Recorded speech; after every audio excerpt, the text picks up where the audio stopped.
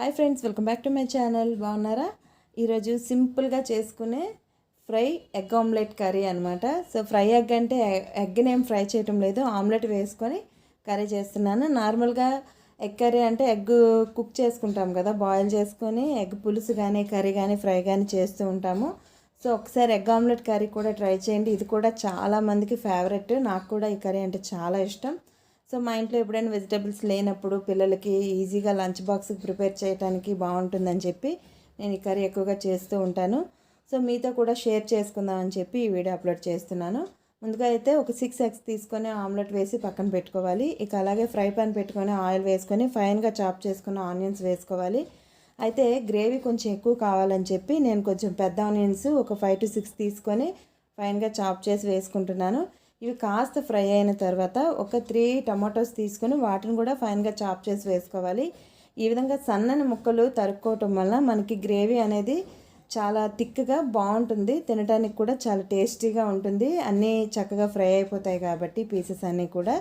ఇక అవి కాస్త ఫ్రై అయిన తర్వాత ఇందులోకి స్పైసెస్ వేస్తున్నాను. అవి ఏంటంటే ఉప్పు, పసుపు, కారం, గరం మసాలా, ధనియాల పౌడర్. నేనైతే ఇందులోకి స్పెషల్గా మిక్సీ పట్టిన మసాలాలు ఏం వేయటం లేదండి. చెప్పాను కదా, ఇది మైల్డ్గా చేస్తున్నాను, అలాగే పిల్లల కోసం అని చెప్పి చేస్తున్నాను కాబట్టి ఇది ఎక్కువగా స్పైసెస్ ఏం వేయటం లేదు.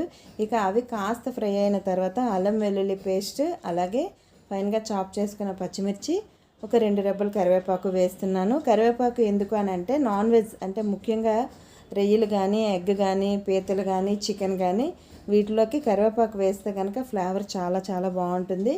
అవి కూడా కొంచెం ఫ్రై అయిన తర్వాత మన కాజు ఉంటుంది కదా, జీడిపప్పు లేదా గసాలు లేదా కొబ్బరి ఏదైనా పర్లేదు తీసుకొని వాటిని మిక్సీ పట్టుకొని ఈ విధంగా థిక్ పేస్ట్లా చేసుకొని వేసుకోవాలి. అయితే కొంచెం నీళ్ళు ఎక్కువ వేయడం వల్ల అది కొంచెం లూజ్గా ఉంది. సో అది కూడా వేసుకొని అడగంటకుండా ఫ్రై చేసుకుంటూ ఉండాలి.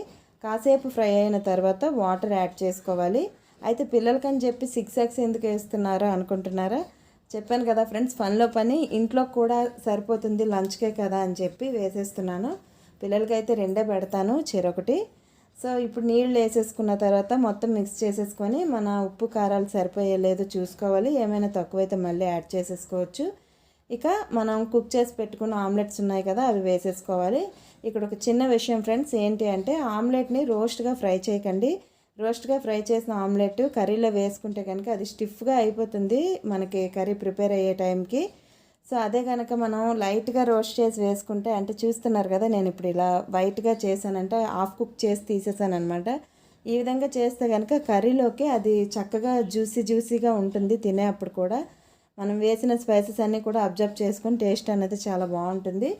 సో నేనైతే ఎప్పుడు ఈ విధంగానే చేస్తాను. మీరు ఎలా చేస్తారు అన్నది కామెంట్ చేయండి. కొంతమంది మన కర్రీ కుక్ అవుతున్నప్పుడు ఎగ్స్ని కొట్టి వేసేసుకుంటారు. అలా వేయటం వల్ల కర్రీ అనేది కొంచెం స్మెల్ వస్తుంది అనమాట, నీచు వాసన వస్తుంది. ఈ విధంగా ఆమ్లెట్ వేసుకుంటే కనుక చాలా బాగుంటుంది. సో ఆమ్లెట్ అనేది బ్రేక్ అయిపోయింది. సరే, అయితే ఇప్పుడు డిష్ అవుట్ చేసేసుకుంటున్నాను. మన కర్రీ అనేది రెడీ అయిపోయింది.